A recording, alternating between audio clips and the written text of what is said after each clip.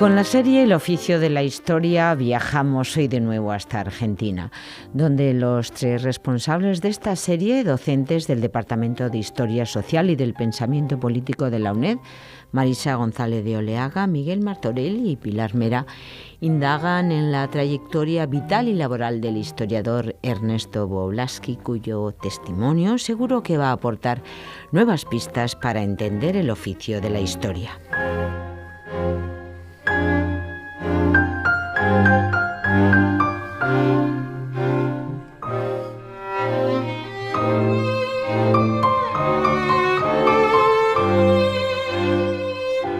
Hola a todos y a todas las que nos estén escuchando, un nuevo capítulo de la serie El oficio de la historia, hoy con alguien que está en otro hemisferio y en otro uso horario, en Buenos Aires, Argentina.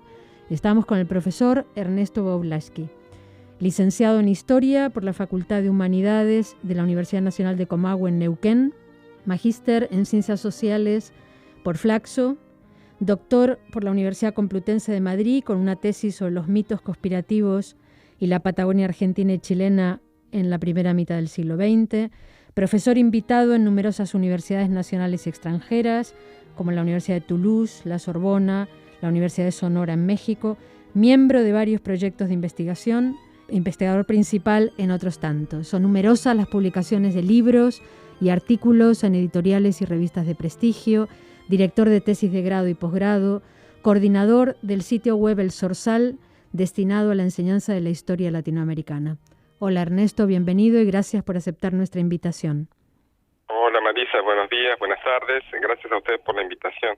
Hola Ernesto. Buenos días. Bueno. Hola Miguel. Voy con la primera pregunta. ¿Podrías situar en tu biografía algún momento o alguna escena específica en la que te diste cuenta que la historia y no otras disciplinas sociales eran realmente el campo que más te interesaba? Bueno, eso siempre es difícil, diría yo que no. Es menos difícil por la cantidad de recuerdos que uno podría elegir, como el momento de la epifanía, de la revelación, que por el hecho de montar lo que Bourdieu llama la ilusión retrospectiva, ¿no? Como la ilusión biográfica, la idea de que uno ha sido coherente desde ese momento hasta la actualidad. Cuando yo tenía 17, 18 años, tuve que elegir una carrera y estaba entre Derecho e Historia. Y me decanté finalmente por Historia, algo de lo que no me he arrepentido nunca. Pero sí puedo reconocer que desde pequeño leía libros de historia y me interesaban películas ambientadas en el pasado. Yo creo que si tuviera que definir por qué, me parece que es por una creencia que me animaba a mí y que yo creo que anima a mucha gente que se decide estudiar historia, que es la convicción de que un mejor conocimiento del pasado puede llevarnos a evitar errores, puede llevarnos a concientizar sobre qué es lo que hicimos mal, sobre qué riesgos hay que evitar. Entonces esa ilusión un poco infantil de que dominar el pasado nos permite simultáneamente controlar el futuro, yo creo que está por detrás del inicio de la carrera. Después obviamente las cosas se complicaron y uno siempre toma conciencia de que la capacidad de incidencia es menor que la que uno imagina cuando es niño. Pero básicamente me parece que tienen que ver menos con episodios concretos que con esa convicción de que era preciso conocer el pasado para tratar de cambiar el presente y sobre todo el futuro a vivir. Ernesto, veo que tu primera investigación o una de tus primeras investigaciones tiene que ver con el mundo del delito en el territorio de Neuquén. Bueno, primero explícale a los oyentes españoles dónde está Neuquén y segundo, las primeras investigaciones siempre son definitorias de una trayectoria de uno, o a veces son definitorias de una trayectoria de lo que uno quiere hacer.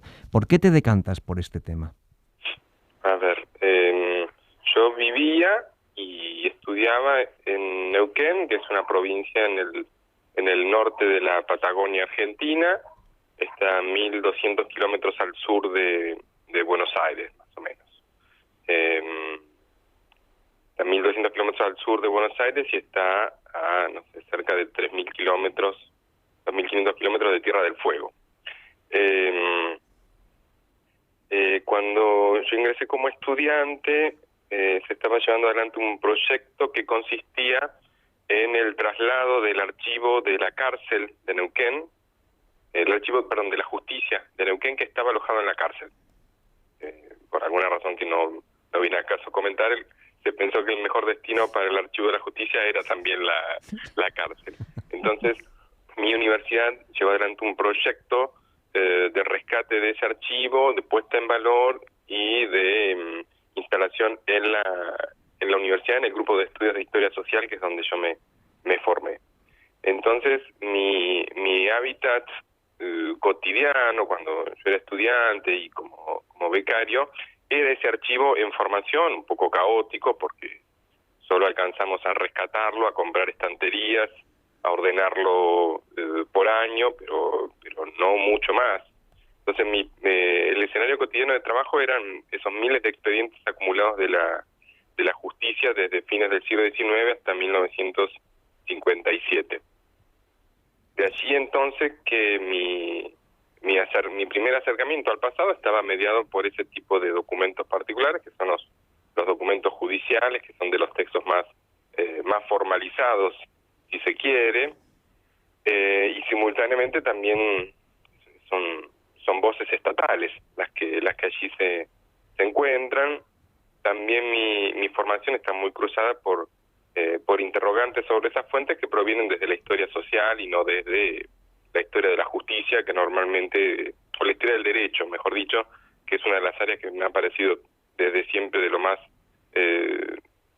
menos interesante que uno puede encontrar, ¿no? Entonces, mi interés por el delito fue por eso, fue porque se me impuso el fenómeno delictivo, el fenómeno del castigo, del funcionamiento de la justicia, se me impuso cotidianamente, porque participé de los procesos de ir a la cárcel, entrar a los galpones de la prisión de Neuquén, cargar los expedientes, llevarlos a la universidad, clasificarlos, estar con alergia por los hongos y los ácaros y demás bichos durante semanas. Entonces, te diría que ese fue el primer acercamiento, muy fascinado por ese tipo de documento, y también agregaría muy ilusionado y muy ingenuo respecto a la posibilidad del fetiche del documento, ¿no? La suposición de que si tenía todos los documentos cerca podía tener en efecto, podía ser historia. Pero bueno, quizás es un defecto que todos quienes se inician en el gremio pueden cometer, y me suelo excusar por eso. Sí. Frente a esa rigidez de las fuentes, decías que tu aproximación es mucho más, no sé cómo decirlo, más suave, más ondulante, ¿no? Y esa es la impresión que da un poco cuando una repasa tu trayectoria investigadora, ¿no? Y parece que los protagonistas siempre son las personas, las identidades, pero también los territorios, ¿no? Y sobre los territorios, sobre todo, así como con letras mayúsculas y luces de colores, la Patagonia. ¿Por qué esa relación de tanto enganche con la Patagonia? Sí, sobre eso no he reflexionado tanto. Diría yo que hay una diferencia, que es la siguiente. Mientras yo viví, estudié e investigaba en la Patagonia, se me antojaba natural e incuestionable que me dedicara a investigar sobre eso, ¿no? Era el territorio que me rodeaba, eran las líneas de investigación que predominaban en la facultad. Por lo tanto, ahí yo hice alguna adaptación bastante pragmática, acrítica, si se quiere, naturalizante de la Patagonia como objeto de investigación. Había también gente que investigaba Edad Media europea, gente que investigaba, que hacía arqueología en Israel, pero a mí me resultaba mucho más interesante, natural, investigar historia de Patagonia. Ahora, cuando yo fui a Madrid a hacer el doctorado, esa opción en la investigación por Patagonia se tornó una opción, no una obligación, ni de ninguna manera la opción más natural. Porque fui a Madrid a hacer el doctorado, pero no tenía obligación de investigar sobre Patagonia, ni mucho menos, ni tenía obligación de volver a Argentina, una Argentina que por otra parte en esos mismos años en que yo hacía el doctorado se prendía fuego y estuvo bailando en el precipicio durante algún tiempo acerca de si iba a seguir existiendo o no como nación. Por lo tanto, yo te diría que la opción de la Patagonia como tema recién se me hizo evidente estando en Madrid y cursando el doctorado, y la transformación que acompañó este proceso es tomar a la Patagonia no solo como un territorio específico, sino como una representación, o más bien la percepción de que la Patagonia no es solo una tierra, un espacio geográficamente identificable, sino sobre todo un conjunto de representaciones.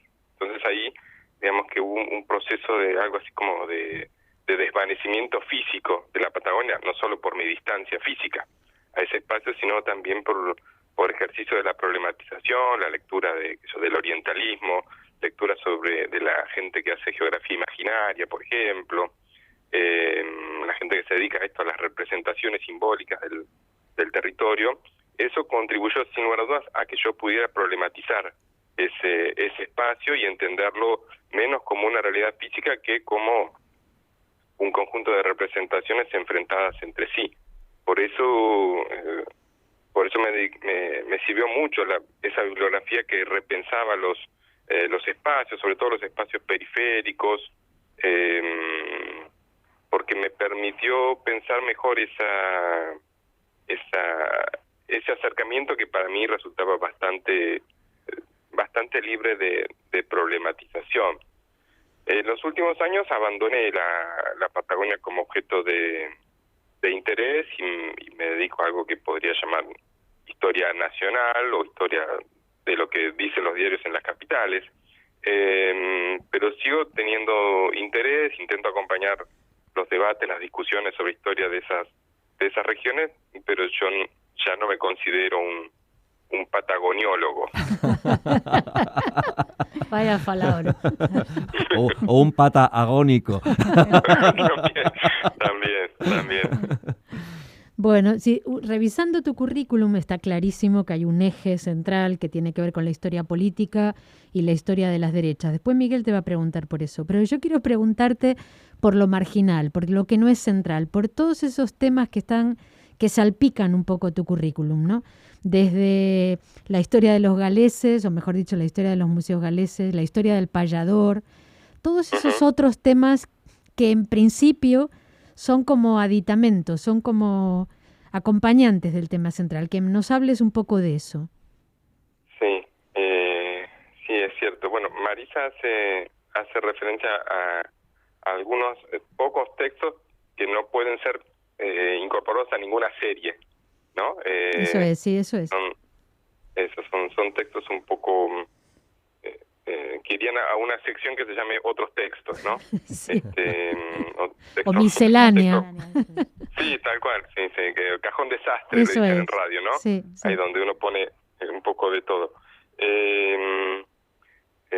A ver, en particular el texto ese sobre el payador, sobre Zárate, es la historia de un tipo que me crucé en ese archivo de la justicia en Neuquén, ¿no? Y es un expediente maravilloso porque es un tipo que es músico, que asesina al dueño de una pulpería, de un bar rural que lo había contratado, y en la cárcel simula la locura, le escribe cartas para que crean que está loco, y también compone una serie de poemas.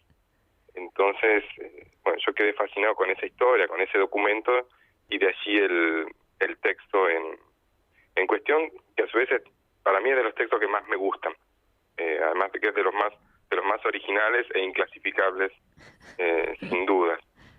El otro que menciona Marisa es un texto sobre los galeses en la Patagonia Central. Los galeses llegan en 1865 y se instalan en esa región que era de dominio de los Saoniquén, de un grupo indígena.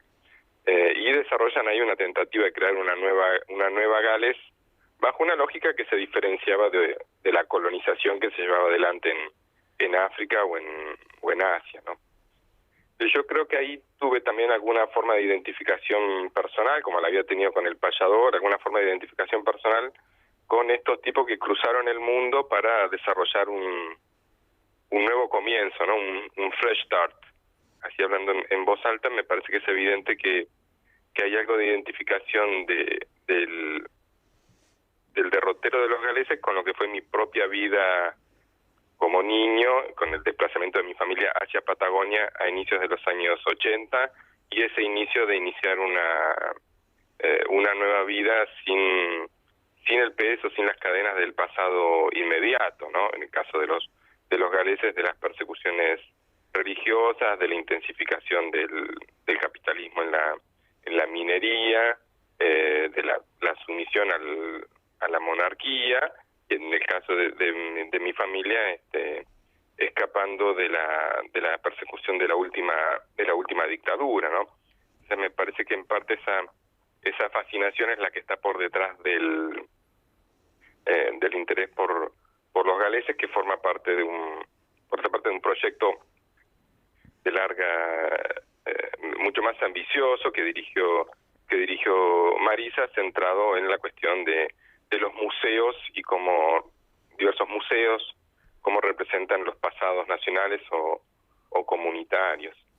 Sí, y el tercer texto que yo pondría en esa particular serie, que no es una serie, es Historia de W, que apareció también en un libro que compiló Marisa, que es en primera persona, que es un texto, a mi entender, pornográficamente personal, de mucha exhibición, donde intento cruzar un poco esas dos líneas, la línea explícita de los galeses y de mi interés en estudiarlos con trazos de mi historia personal, ¿no? Es un texto que, como hablábamos antes, fuera del aire, yo no lo habría podido escribir si no fuera porque Marisa me animó a sondear en esa dimensión experiencial, en ese fondo de sensaciones que yo tenía respecto de mi propio pasado personal y que no habían intervenido hasta allí de manera muy explícita en las reconstrucciones que hago del pasado. Bueno, Marisa tiene esa facultad de hacernos escribir textos que se escapan por completo a nuestra trayectoria y que son más especiales, más sugerentes, más creativos. Sí, normalmente a esas personas las llaman brujas. Pero sí, debe haber otras palabras. Algo de eso hay. No, pero bueno, fíjate, mira, por enlazar lo que... Bueno, ese texto es una belleza de texto y no solo en la parte que toca a los galeses, que me gustó mucho cómo contabas ese distinto trato que esa comunidad galesa tiene hacia los habitantes originales del territorio frente a otras comunidades que son mucho más coloniales, ¿no? Tienen una mentalidad más colonial. Hay un relativo trato de igualdad. Pero me gustó también mucho la parte más personal que tiene que ver con la historia de tu familia durante la dictadura militar. Y claro, te formulábamos una pregunta al principio, bueno, pues ¿por qué se hace un historiador? Te la formulamos a ti y se la hemos formulado a todo el que ha pasado por aquí. Pues esto es el programa se llama El Oficio de la Historia y saber el por qué siempre es necesario, ¿no? Me llama la atención, ¿no? Precisamente que porque tenéis una trayectoria en tu familia, una trayectoria de persecución en la dictadura, tú parte de tu carrera consista precisamente en trabajar sobre las derechas. Me imagino que no es ni casual ni inocente, ¿no? Sí, pero como pasa muchas veces entre quienes participamos de este gremio, tenemos primero la respuesta y después la pregunta, ¿no? Sí. Es decir, hacemos algo y después nos preguntamos para qué. Entonces, en efecto, desde hace un tiempo me dedico a revisar a sujetos que me caen muy mal, sujetos con los cuales entiendo yo que terminaría me en un mundo normal, pero me dedico a investigarlos y trato de investigarlos investigarlos en el sentido de tomarme en serio lo que dicen, Sí. aun cuando me desagrada profundamente. Porque, digamos, gente que se dedica a burlarse o a caricaturizar a la derecha, hay de sobra, y está bien que exista, pero una investigación no es sobre eso, ¿no? Y gente que investiga a la derecha y acaba cayendo enamorada y rendida a sus pies del propio discurso, ¿sí? Eso. También hay gente que ya estaba enamorada de antes, También es verdad. pero bueno, eso pasa entre mucha gente que estudia revoluciones o que estudia grupos de izquierda, que tiene una evidente empatía ideológica con su sujeto, ¿no? Que yo pienso en todos los estudios en perspectiva de género sobre las primeras feministas o sobre las sufragistas. Ahí es evidente que hay una simpatía ideológica, hay una epistemofilia. Yo tengo epistemofobia por la gente que estudio, que yo no hago entrevistas, para decirlo mal y pronto, con fachos. No, yo no puedo, no me da el alma para conversar. Trato de ser honesto y justo con lo que leo de ellos, sobre ellos, pero no me da el alma para conversar. A mí me parece, a partir de la pregunta que plantea Miguel, que en efecto la historia de mi familia en la dictadura es uno de los grandes alimentos para entender por qué me interesan las derechas, las formas de persecución, de autoritarismo. Yo creo que eso está presente. No sabría racionalizarlo mucho más que esto, pero es evidente que eso está. También diría que hay una marca española en ese interés por las derechas, que es el resultado de tiempo que viví en Madrid, donde también me familiaricé con las discusiones y la bibliografía sobre la guerra civil, sobre el franquismo, sobre la antimasonería, sobre el anticomunismo. Hay algo allí también, diría yo, que es español en mi preocupación sobre las derechas, ¿no? En España, como ustedes saben, diría yo, hay más afirmada la tradición de investigación historiográfica sobre el franquismo, también porque son 40 años y ahí hay para hacer dulce, mermelada, jalea y gelatina, ¿no? sobre consenso en torno a valores autoritarios. Pero también eso está presente. Y la otra cosa que yo diría que también incide tiene que ver con mis propias opciones políticas, ¿no? Con un deseo de entender qué es lo que hace esta gente que yo nunca votaría, ¿no? Claro. ¿Por qué piensa lo que piensa? ¿Qué es lo que tiene en la cabeza? Digamos, más allá del ánimo de combatir, está también la voluntad de comprender esas mentes, quizás para anticipar jugadas, no lo sé, pero en todo caso hay una voluntad de comprender que no es reductible al combate político, sino que diría yo que es más, si se me permite la palabra, humano que otra cosa. Ajá. Esta serie, que se llama El oficio de la historia, se ocupa mucho de los contenidos, como llevamos centrándonos en este ratito que llevamos de conversación, pero como oficio también hablamos de las técnicas, ¿no?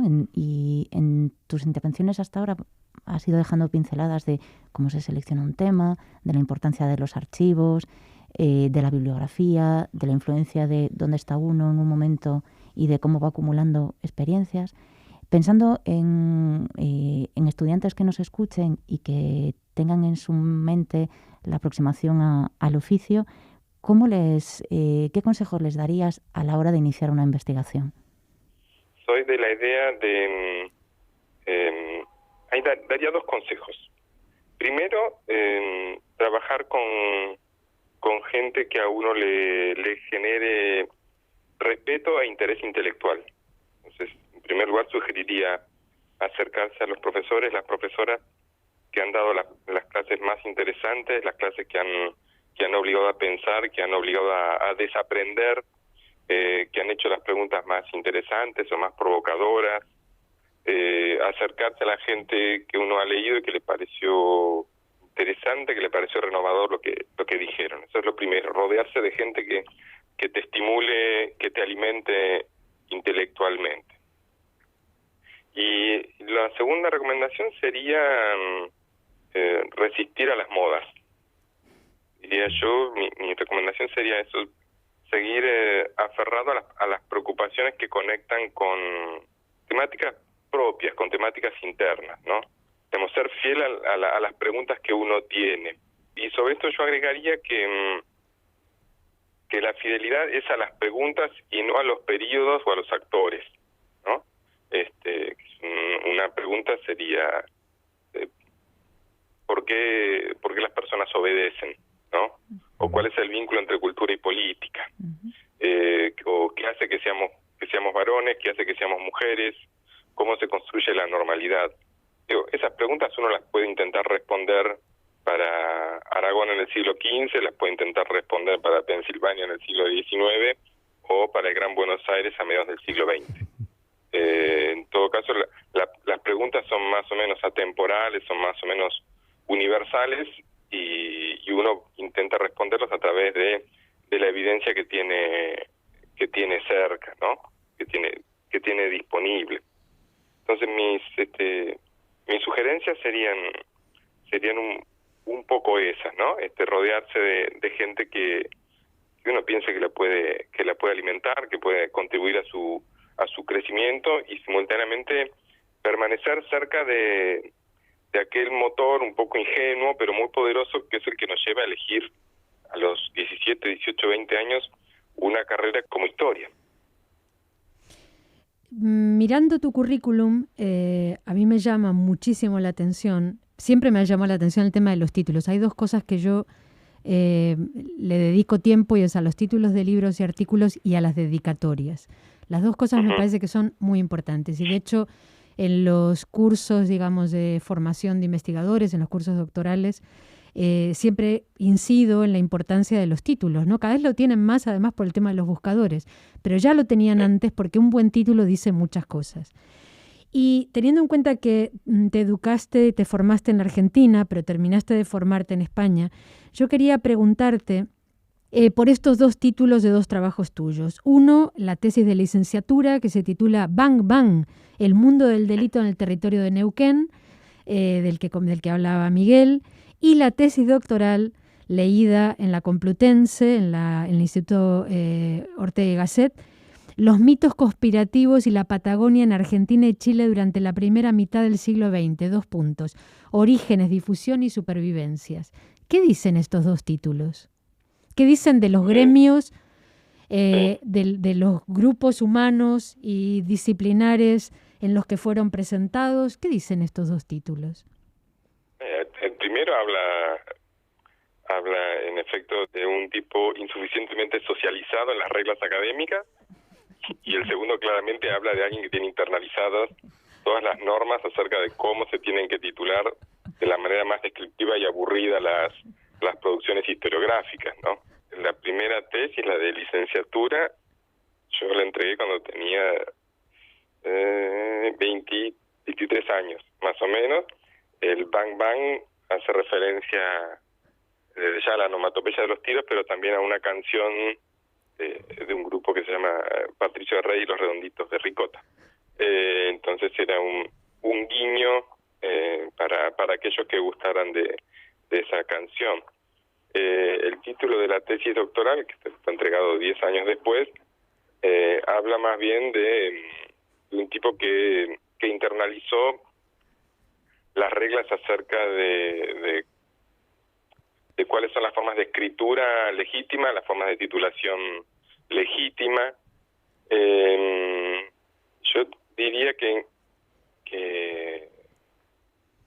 también pienso mucho en los títulos para evitar la dimensión burocrática y simultáneamente tengo otro miedo respecto de los títulos, que es no así como uno de los riesgos es el ser demasiado apegado a las normas, diría yo que el otro riesgo es estar sistemáticamente burlando las normas sobre la buena titulación. Entonces, ahí trato de encontrar un equilibrio y de poner fantasía en los títulos ocasionalmente, pero no sistemáticamente.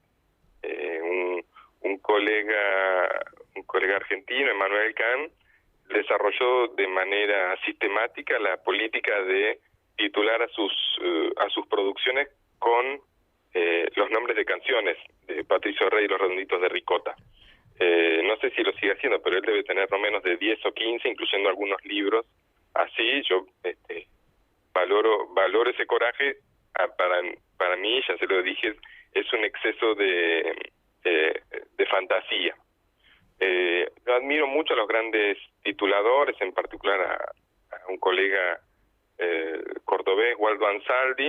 A mí me parece que es de los más grandes tituladores dentro de nuestro gremio. Él tiene, para darles un ejemplo, tiene un texto que es sobre la Revolución de 1810 y sobre algunos de los problemas que trajo la guerra de independencia. El título del trabajo es Soñar con Rousseau, despertar con Hobbes. Buenísimo. Es maravilloso. Ojalá yo tuviera un cuarto de la creatividad de ese hombre para titular, ¿no? Entonces, eso, diría que soy consciente de la importancia de los títulos, pero no dedico quizás el tiempo necesario a pensar en... Pero ibas bien, con el Bang Bang ibas bien, y además Sí. la tesis fue aprobada, quiere decir que en aquel gremio, en el gremio de historiadores argentinos, o por lo menos de historiadores de la Universidad del Comahue, aceptaron el Bang Bang. No sé si lo hubieran aceptado en el Instituto Ortega y Gasset. Eso seguro. Es un título así. Bueno. Sí, bueno, pero en la Ortega tenía que ponerme saco y corbata, ¿no? Sí, me acuerdo, sí. Era otro nivel de formalidad el que se requería de aquel lado del Atlántico. Sí, más británico, sí. Bueno, oye, Ernesto, no sé. y Sí. luego tienes también, entre tus publicaciones, tienes una sobre un tema que a mí también me parece que es importante, porque se puede seguir prácticamente toda la historia de los siglos XIX y XX en Europa, en América Latina, en fin, que es la cuestión de la laicidad, ¿no? Que es el punto en el que convergen el progreso, la tradición y el Estado, ¿no? Sí. ¿Cómo llegas a este tema de investigación? A ver, a mí me había interesado, como parte de los estudios sobre derecha, la religión, ¿no? En particular la católica, que es la religión dominante en América Latina. Y hace unos 10 años más o menos me invitaron a participar de un proyecto que es la Cátedra Benito Juárez de la Universidad Nacional Autónoma de México, un proyecto sobre laicidad, ¿no? En México el día del natalicio de Benito Juárez es feriado. Como ustedes saben, hay una larga tradición no solo laica, sino anticlerical en México, que convive perfectamente con una enorme densidad católica. Entonces me invitaron a participar de esa cátedra, que consistía en desarrollar un proyecto de investigación y publicaciones en torno al problema de la laicidad en América Latina. Como resultado del funcionamiento de esa cátedra Benito Juárez es que se produjeron cerca de 20 tomos que discuten diversos aspectos, desde laicidad y comunicación, laicidad y justicia, laicidad y constitución, y yo escribí algo así como una historia de las discusiones en torno a qué debía ser laico y qué debía ser religioso en América Latina desde los últimos 2 siglos. Es un volumen corto, de síntesis, pensado para divulgación en un público más amplio, que interroga básicamente sobre cómo y quiénes definen cuánto interviene lo religioso en lo público, cuáles son esos límites siempre movedizos, siempre escurridizos en torno a qué es religioso, qué no es religioso. De allí el interés entonces no solo por lo religioso, sino por lo laico. Yo soy ateo, entonces no demasiado militante, pero soy ateo. Entonces también hay cierta dimensión identitaria presente que me interpelaba en ese proyecto. me interpelaban no solo por esta dimensión identitaria, porque yo no necesito ser misionero del ateísmo, pero sí me interesaba la dimensión intelectual de la invitación, porque nunca me había detenido a pensar en la propia historicidad de esa pertenencia laica, porque para mí había sido el agua en la cual había nadado desde mi más tierna infancia, ¿no? Entonces, también me interesó ese proyecto porque me permitió hacerme consciente de esa piel que tenía, ¿no? Decías que este libro te estaba destinado a un público más amplio, ¿no? Y con esto abres pie, o me das pie a que te pregunte por otra de las facetas de historiador en la que tienes una experiencia bastante amplia, que es la de la divulgación. Divulgación a partir de intervenciones en medios sobre cuestiones presentes, pero también en los últimos tiempos utilizando nuevas herramientas informáticas, ¿no? Como esa web de la que hablaba Marisa al principio, Zorzal, o el podcast Arriba y a la derecha, me parece que se llama. ¿Qué parte de importancia le das tú a este tipo de actividades dentro del oficio, ¿no? Del compromiso o de la aportación que historiadores y historiadores tenemos con la sociedad? Bueno, respecto de esta pregunta de Pilar, yo diría que el problema, el desafío de hablar, de interactuar con gente que no es de nuestra carrera, que no es de ciencias sociales, es un desafío que por lo menos en mi vida profesional ha tomado cada vez más peso, al cual le dedico de manera creciente tiempo y preocupación. Digamos, el problema de la divulgación, por así decir, como se lo llama aquí, el problema de la historia pública, como le dicen en otros lugares, es un tema que me ha interesado, diría yo que siempre estuvo presente. Hace un tiempo yo les hablé de esa vocación un poco mesiánica y egocéntrica que a los 17 años me llevó a elegir historia como un medio para decirle a la sociedad qué errores no tenía que cometer. Esa misión autoasignada e imposible nunca desapareció, aunque claramente había quedado mermada o acotada por algún criterio de racionalidad. En los últimos años ha reaparecido, en parte porque yo creo que es un desafío sobre el cual no había hecho nada demasiado interesante, y además porque tengo la sensación de que las actividades que encaro en materia de docencia y de investigación funcionan más o menos bien, obtengo los resultados buscados, las evaluaciones dan bien, los alumnos no me odian más que al resto de los profesores. Entonces, esta cuestión de la divulgación era un área nueva. Ahí a mí me ha servido muchísimo el diálogo y el aprendizaje con María Paula González, que es la colega que se dedica a didáctica de la historia en mi universidad.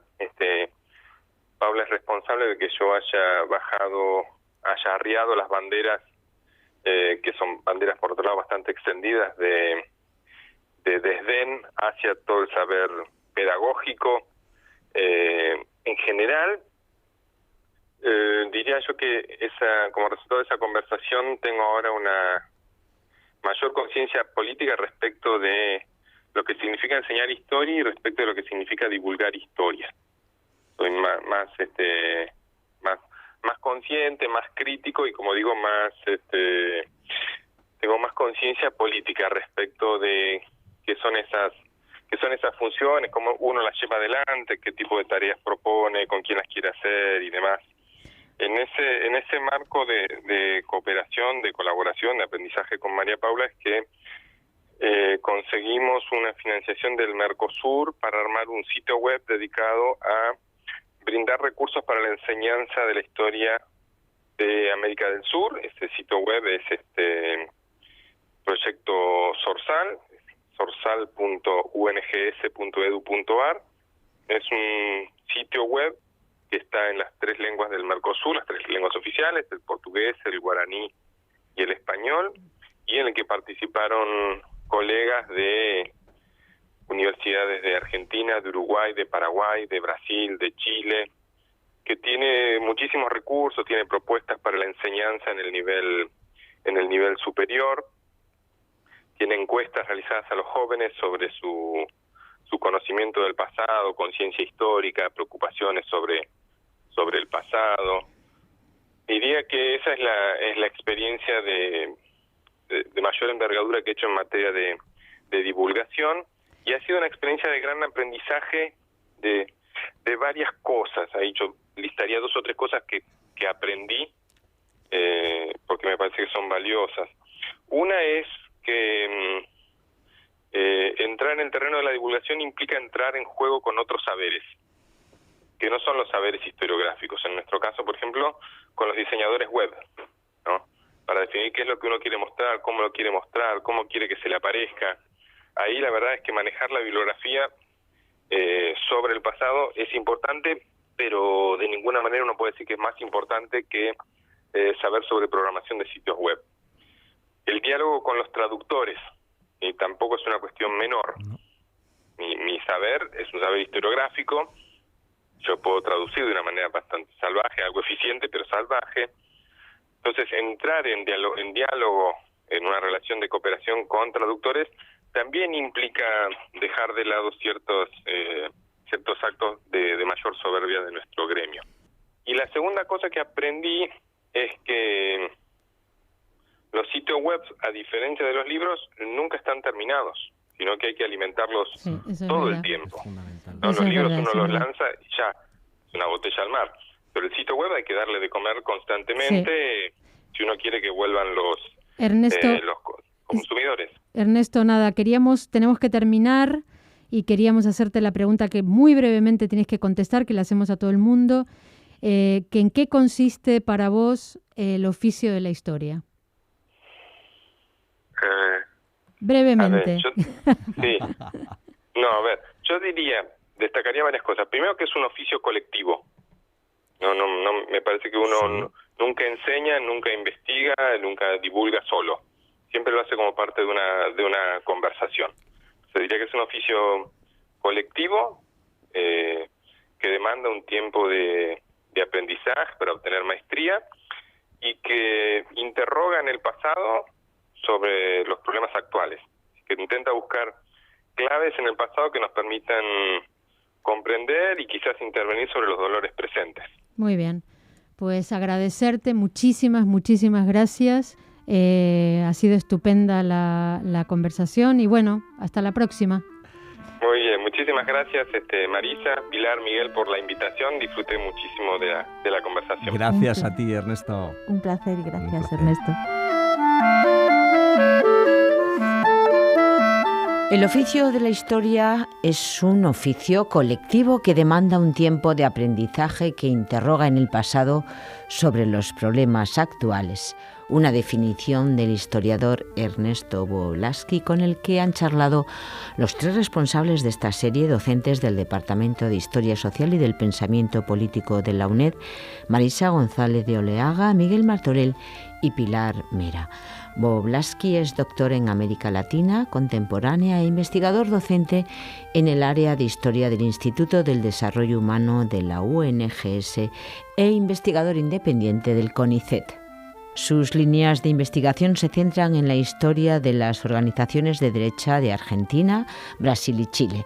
Coordina el grupo de trabajo de Claxo y con María Paula González el proyecto Zorzal, cuyo objetivo es difundir material para la formación de docentes en historia latinoamericana contemporánea en los países del Mercosur. Nos despedimos con el compromiso de seguir indagando en el oficio de la historia. Entre tanto, nuestra propuesta es que visitéis YouTube Radio y el canal multimedia canal.uned.es, donde podéis encontrar todos los testimonios de nuestros historiadores e historiadoras. Gracias por vuestra fidelidad.